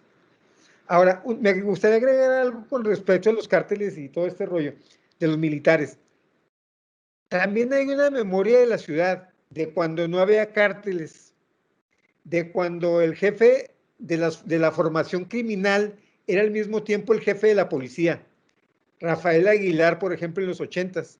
Nadie se confundía. La sociedad juarense digo, no todo el mundo, pero digamos, los enterados sabían que el jefe de la actividad criminal era también el jefe de la policía. O sea, el Estado controlaba todo el tema. Y de pronto empezó a surgir el tema de, no, que fulanito es del cártel de no sé qué, y aquí las élites juarenses se volteaban a ver unos a otros y decían, oye, que tu compadre es el jefe del cártel de no sé qué.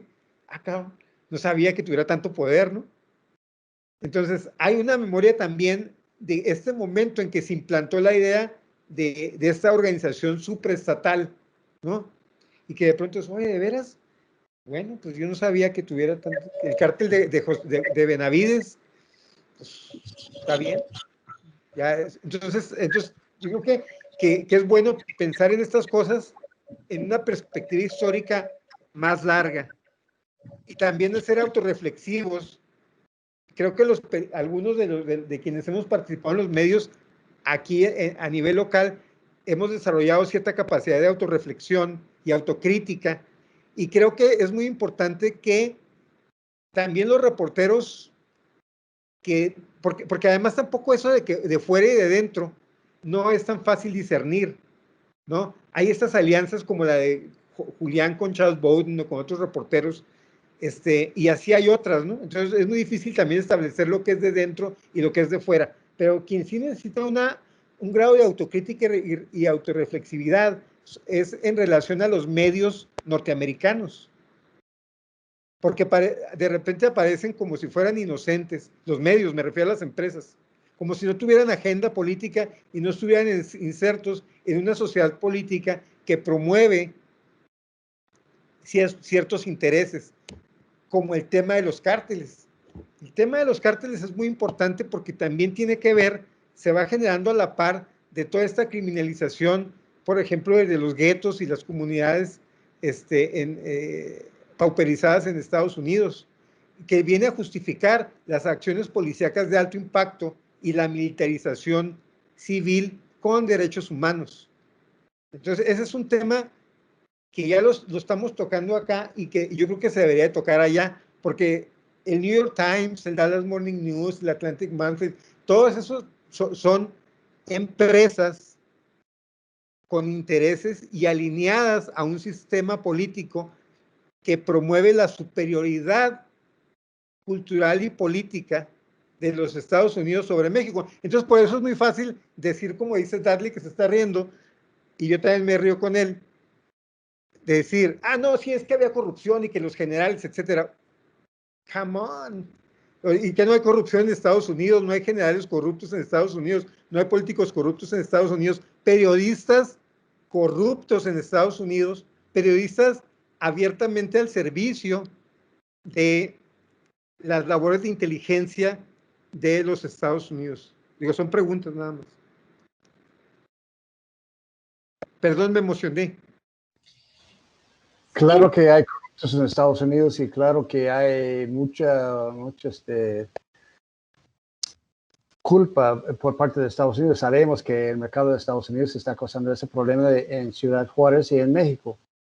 Pero el problema es que la guerra está en Juárez, la guerra está en México, ¿no?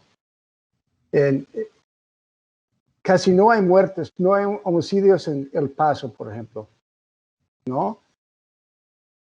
Las dos ciudades comparten el negocio del narcotráfico. Los dos comparten corrupción y todo eso. ¿Cuál es el problema de Ciudad Juárez, por ejemplo? ¿Por qué Ciudad Juárez estaba sufriendo más que El Paso si están compartiendo el problema, ¿no? Mire, no estoy diciendo que, no estoy acusando a México de ser más corrupto y todo eso. No es el asunto. El asunto es que sabemos que con el régimen del PRI, el PRI estaba controlando mucho de ese narcotráfico desde gobernación, desde Sedena y todo eso.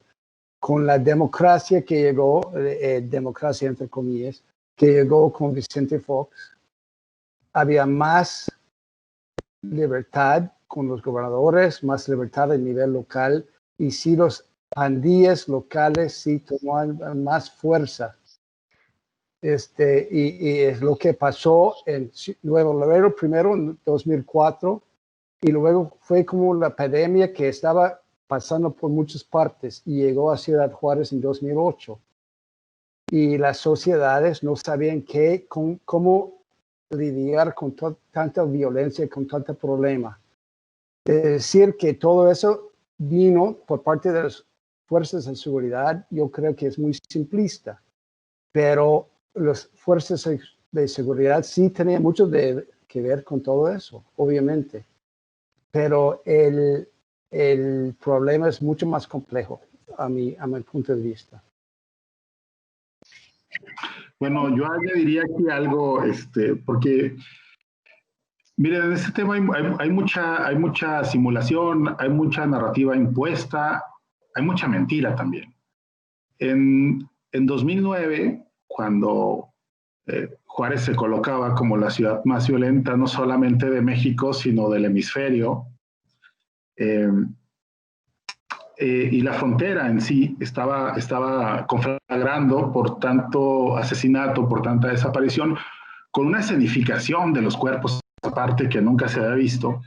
En ese tiempo yo trabajaba en el Universal y yo propuse hacer un recorrido por carretera, pueblo por pueblo, condado por condado, por toda la frontera en los Estados Unidos, para ver qué era lo que estaba sucediendo a aquel lado. Es decir, por qué, como dice Dudley, la guerra estaba de este lado y de aquel no, a pesar de que se insiste desde Washington en que los cárteles de la droga mexicano dominan todas las ciudades importantes en Estados Unidos, lo cual es una falsedad, ¿no? Pero bueno, platiqué con agentes de la patrulla fronteriza, con el sheriff, con las oficinas de policía local, con las agencias de la DEA, del FBI, y todos tenían una historia diferente, pero todos se preocuparon por llevarme y señalarme los puntos por donde cruzaba la droga y dónde se almacenaba y cómo llegaba, o sea, toda la logística, operación de cruce.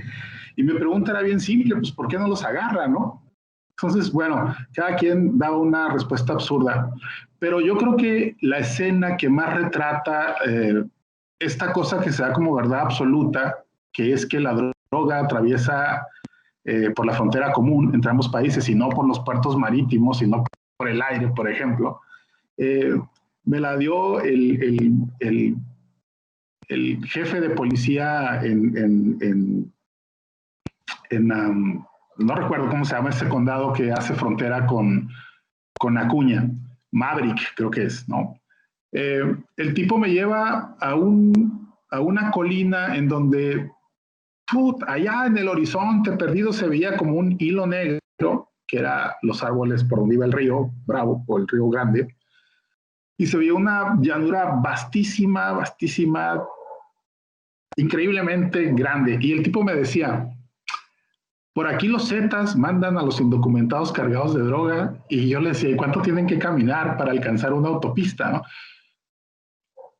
Los números, la lógica más elemental no daba para confirmar lo que este señor me estaba diciendo, ¿no?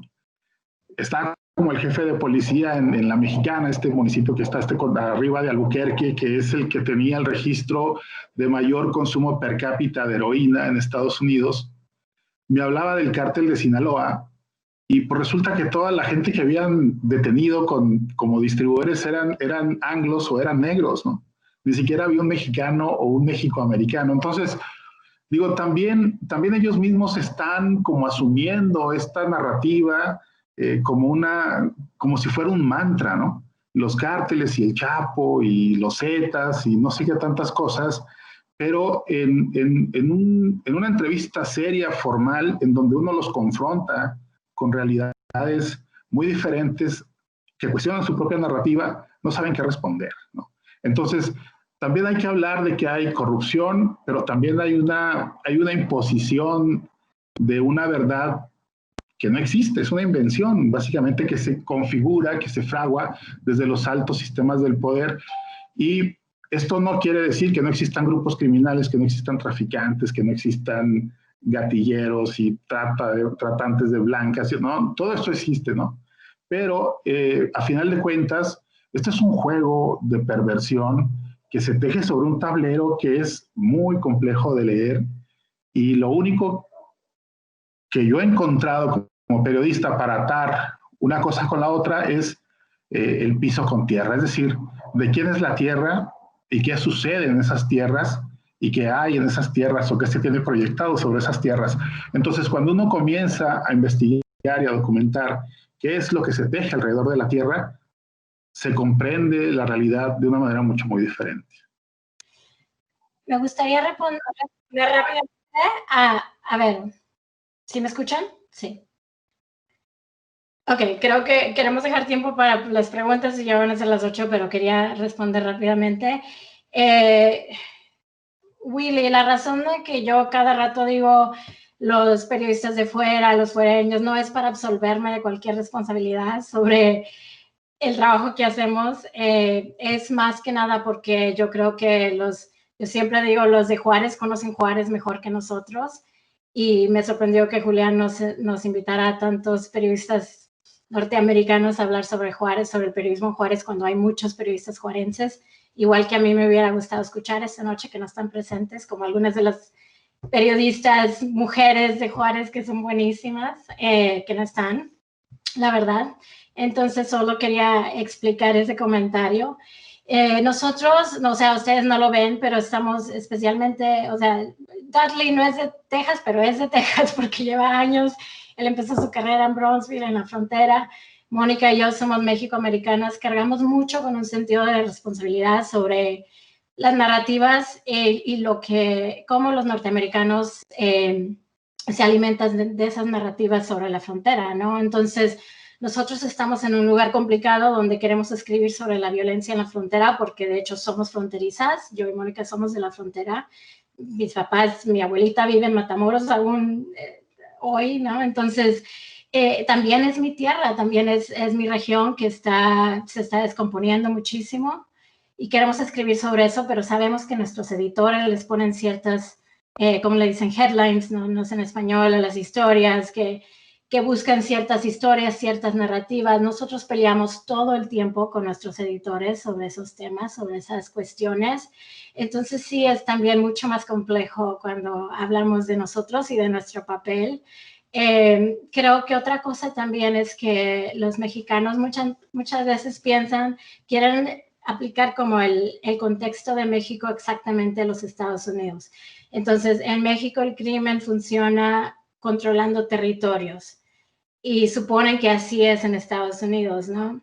En Estados Unidos, todo el motor, nosotros estamos conscientes, todo el motor del narcotráfico pues tiene que ver con el consumidor en Estados Unidos, obviamente, y el hecho de que aquí realmente no tenemos una política, tenemos una política antidroga que no funciona, ¿verdad? Esas historias estamos muy conscientes de que nuestros editores no las quieren contar, de que son mucho más complejas para contar porque no hay cuerpos, ¿no? La historia es más fácil en el periodismo cuando hay un cuerpo o cuando hay una persona que es corrupta, o sea, de una forma muy obvia. Aquí la corrupción sucede a veces afuera de la ley y a veces dentro de la ley. Por ejemplo, el ejemplo de Trump, que no ha estado pagando impuestos, pero lo hizo legalmente.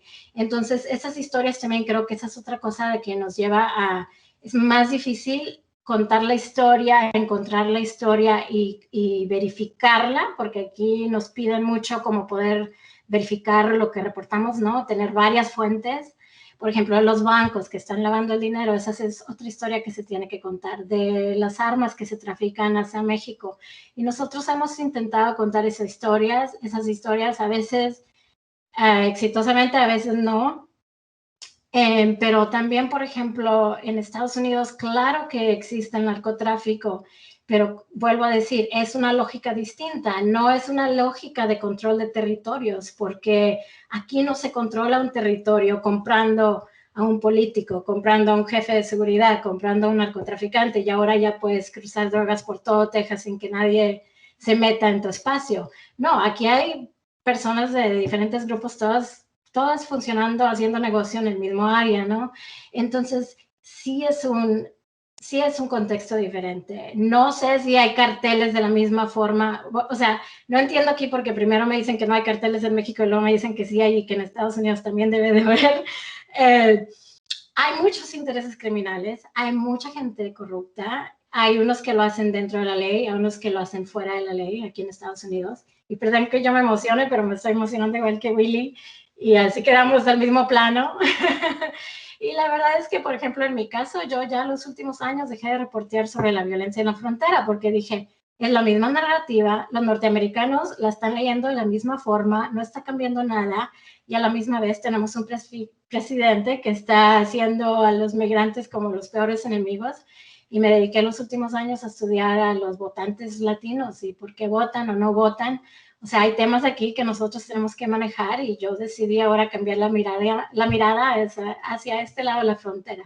Pero solo quería compartir eso para hacer el panorama más complejo también de este lado de la frontera. Bien. Gracias, nada más quería aclarar algo. No, Adelante.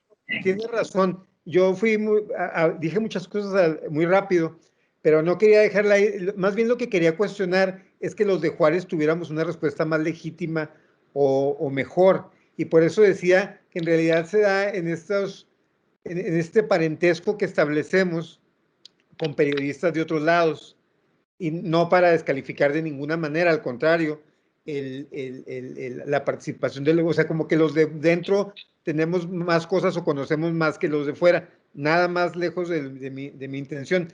Más bien lo que quería echar luz un poco era sobre las empresas periodísticas, porque estamos hablando del Diario de Juárez, y entonces habría que empezar a cuestionar cuál es la agenda política de las empresas para las que trabajamos, tanto aquí o allá o lo que sea. Y nada más de pasada, yo nací en Los Ángeles, soy pocho, a mucha honra. Entonces, digo, nada más para que no piensen que estoy en mal plan con ustedes. Y por último, yo creo que sí debería haber aquí mujeres periodistas juarenses. Realmente habría que preguntarle, ya no le podemos preguntar a Julián, a Gracia, ¿por qué no invitó a mujeres periodistas juarenses? Me parece muy buena la observación. Bien, pues estamos ya en el tiempo justo, y quisiéramos cerrar con los comentarios del público. Hay algunos comentarios que me gustaría compartirles. Muchos son saludos. Está Simón Chandler felicitándolos y enviándoles saludos. También está Hugo Almada felicitando por el conversatorio. También se encuentra César Alejandro Tobar, y que es de interés también para Estados Unidos mantener la guerra con el sur de la frontera. También comentan que PH Pablo Hernández, que hay carteles en Estados Unidos y muchos, y le echa porras a Willy diciendo, duro Willy, no te dejes. Y otro dice que, cierto, hay editores sensacionalistas y en ambos lados del Bravo, periodistas, no se dejen de los editores o de las editoriales, casas editoriales. También dice que hay carteles en Estados Unidos hasta de tortillas mexicanas. Y por último, como dice, como a Rocío y a Blanca Carmona, así es, Willy. Las invitadas periodistas que faltaron. Y la razón, pues estábamos armando la mesa, se lanzó estos primeros correos, y quedaron pendientes, me imagino, los correos que iba a lanzar como nuevas invitaciones. Se pretendía hacer una mesa que pues tuviera la misma presencia de periodistas mexicanos y periodistas extranjeros, pero no hay una razón por no haber elegido periodistas mexicanas, sino que lo que faltó fue tiempo para Julián de invitarlas. También manda saludos Itzel Aguilera, a todos, excelente conversatorio. Pues no sé si quieran comentar algo más para cerrar. Yo estoy en el exterior y no hay manera de prender la luz. No, yo sí quisiera responder a esta pregunta de si Julián veía su fotografía como arte o como periodismo. Como periodismo. El tipo era un artista en la composición de la imagen, en el encuadre que daba sus fotografías, pero sin duda lo que hacía Julián para mí era ensayo periodístico. Nadie que no fuera un individuo medianamente informado podía comprender el poderío de las imágenes que tomaba Julián Cardona. Entonces, a la pregunta era fotoperiodismo o fotoensayo. Con eso cierro yo, ¿no? Muy bien. Hay otro comentario que hace Itzel. Tenemos tiempo, igual podemos responder a los comentarios porque la verdad es que están muy interesados.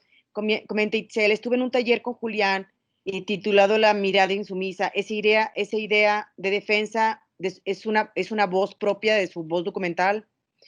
Y comenta también, quisiera preguntar, dice César Alejandro Tobar, ¿qué retos tienen los investigadores ante el mar de fake news que restan credibilidad al periodismo?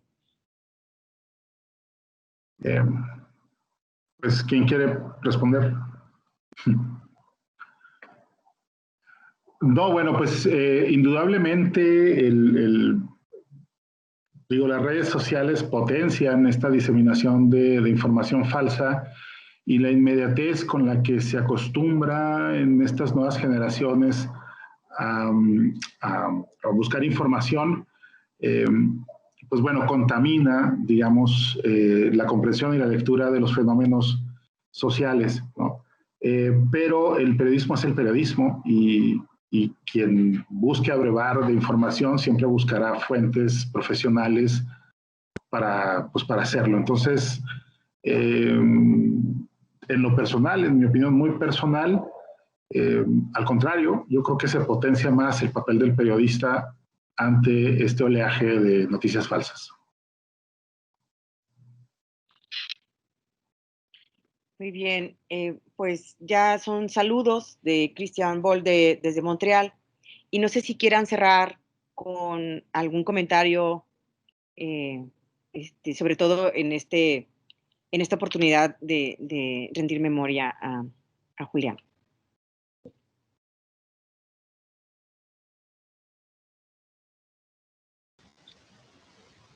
Pues sí, mire, Julián para mí era un hombre muy, muy comprometido a su ciudad, un hombre que siempre estaba muy metido en la sociedad de Ciudad Juárez. Y aunque a veces tuvimos nuestras diferencias en la visión de por qué estaba pasando la violencia, fue algo, él tenía todo mi respeto todos esos años.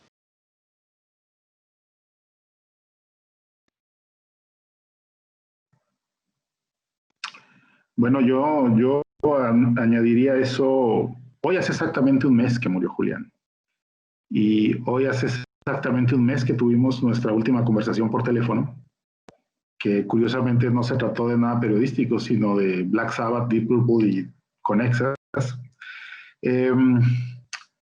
Pero sin duda, hoy también acabo de aterrizar en Ciudad Juárez y sin duda he quedado huérfano con este tipo de debates que siempre fueron muy enriquecedores con Julián, en donde dábamos como un desfogue a todas las ideas y teorías que teníamos sobre fenómenos, relecturas a lo que había pasado y proyecciones a lo que posiblemente vendría, ¿no? Y bueno, celebro que se haya dado este conversatorio y que se haya dado también en su memoria, porque creo que merece no solamente estos pocos espacios, sino una referencia permanente a lo que fue su aportación para comprender ciertos fenómenos que atraviesan la vida entre ambos países. Migración, crimen, corrupción.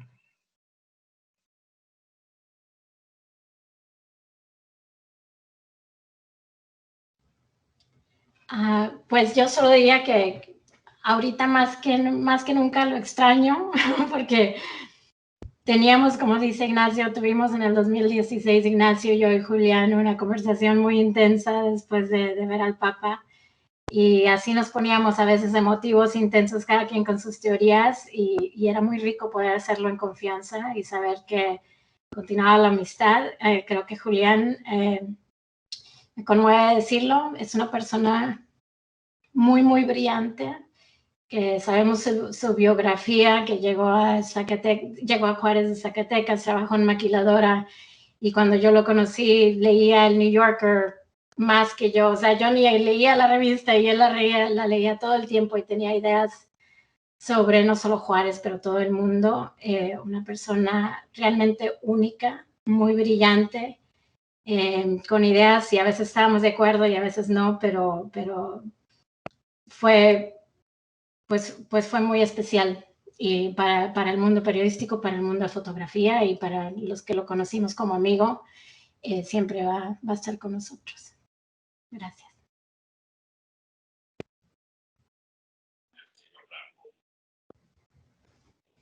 Buenas noches.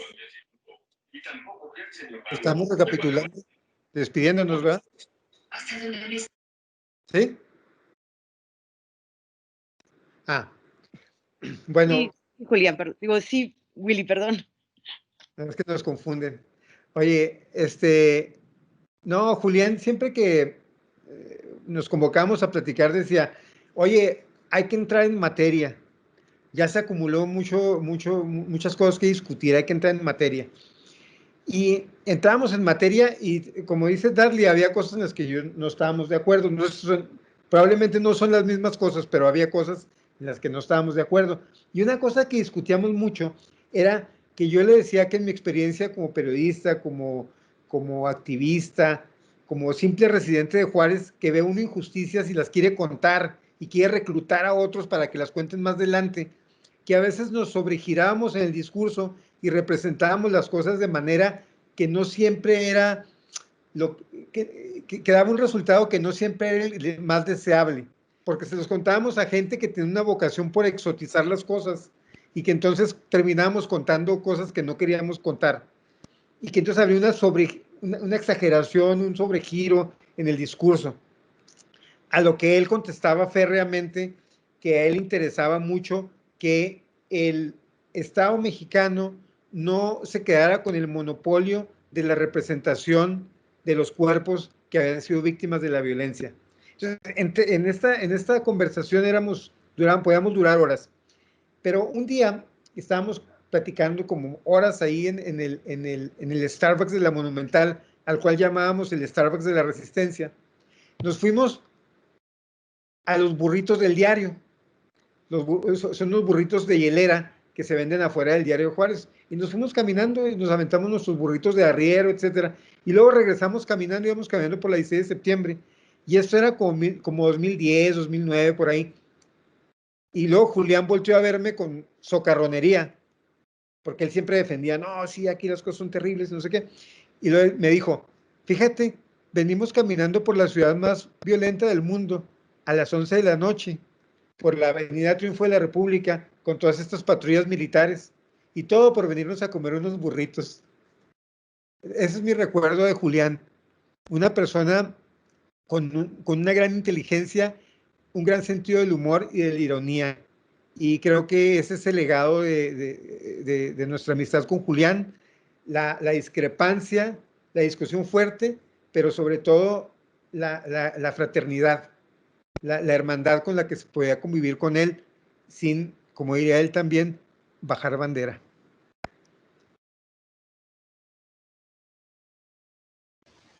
De acuerdo.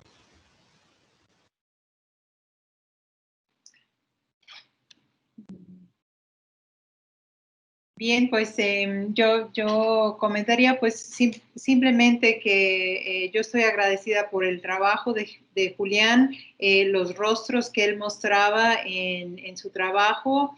Son los rostros más olvidados y vulnerables de la ciudad. Y pues es lo que a mí, esas son las personas y los rostros que a mí más me apasiona dar a luz en mi trabajo, y Julián lo hizo durante lo largo de su de su carrera, y él realmente era un fronterizo en que convivía con ambos lados, y también estoy agradecido que él presentó y ayudó a muchos periodistas como nosotros del otro lado a conocer Juárez y conocerlo muy a fondo. Y siempre estaré muy agradecida por ese trabajo, ese regalo que él nos dio. Y creo que él sigue y seguirá viviendo por medio de su trabajo.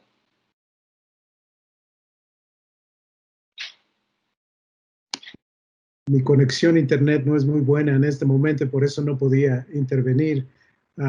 Pero nosotros somos afortunados en el sentido de que podemos conservar ese trabajo de Julián. Y claro, nunca esperamos o nunca esperé que Julián muriera tan joven. Somos esencialmente de la misma edad, Julián y yo. Nunca, no pensé que estaría hablando de Julián en tiempo pasado, ¿no? Como alguien que ya murió.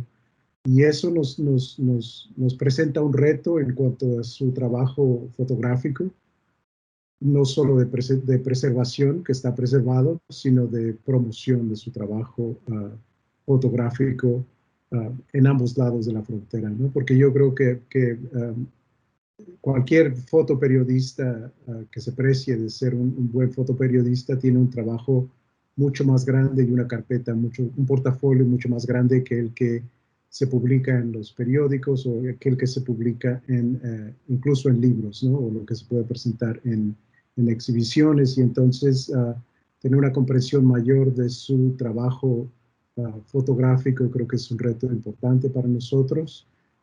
Es un compromiso también que debemos asumir, honrando la memoria de Julián, por supuesto. Y en el caso de nosotros, mi colega y yo, que en Keckton no tomábamos, así es que nunca teníamos conversaciones con Julián con vino. Y él sí tomaba, pero nosotros no. Entonces, creo que lo que extrañaré más de las conversaciones con él eran conversaciones mañaneras en el Coyote Inválido, que era esencialmente el sitio en el que siempre nos reuníamos con él para después ir a cualquier sitio en Juárez, ¿no? Yo creo que Juárez para nosotros sigue siendo esencialmente Julián, ¿no? Y lo seguirá siendo por muchos años. Gracias por la invitación y encantado de conocerlos a ustedes, ¿no? Te puse un mensaje en el chat, José Luis.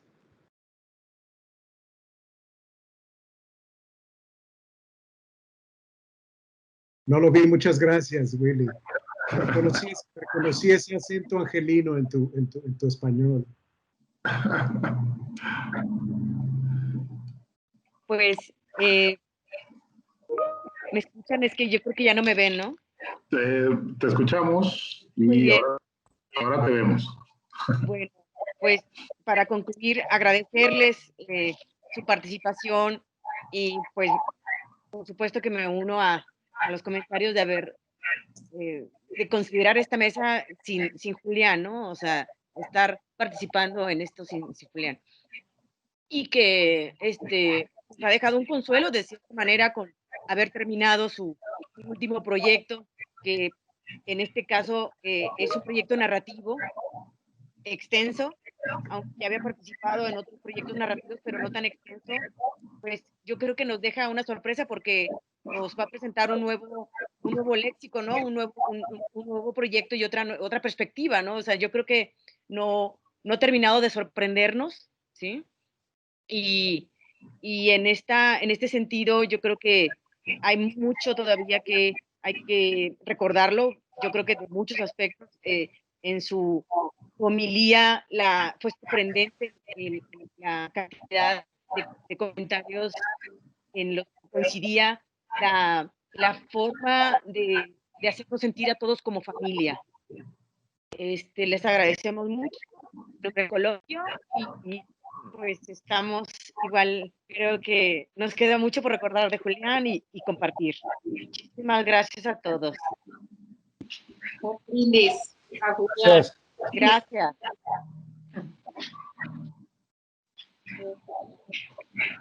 Gracias, Willy.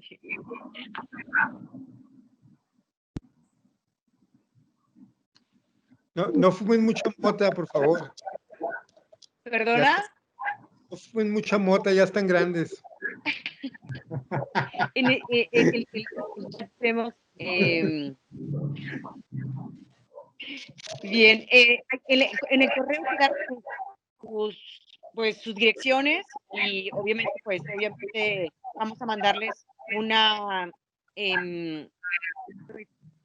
transcripción de esta intervención que considera integrar en las memorias. Ya ustedes si tienen alguna corrección o algún comentario, se los enviamos antes de mandarlos a la memoria. Mucho gusto, Cecilia. Mucho gusto, Luis. Igualmente, Willy. Escuché maravillas de ti antes de conocerte. Oye, Dudley, y creo que a ti te conocí en una presentación de un libro de Alfredo Corchado, ¿o no? Sí, yo creo que sí, ¿no? ¿Verdad? Sí, creo que nos conocimos ahí alguna vez. Bueno, te mando un saludo, y no estaba en desacuerdo contigo, nada más que me emociono. No, gracias, no, o sea, es muy importante compartir todas esas perspectivas, ¿no? Sí, claro, un gusto. Fue muy excelente esta sesión. Muchas gracias a todos. Muy bien. Un abrazo para todos. Nacho, ahí te veo en el recreo. No es cierto. Gracias a todos. Buenas noches. Bueno, hasta luego. Chao.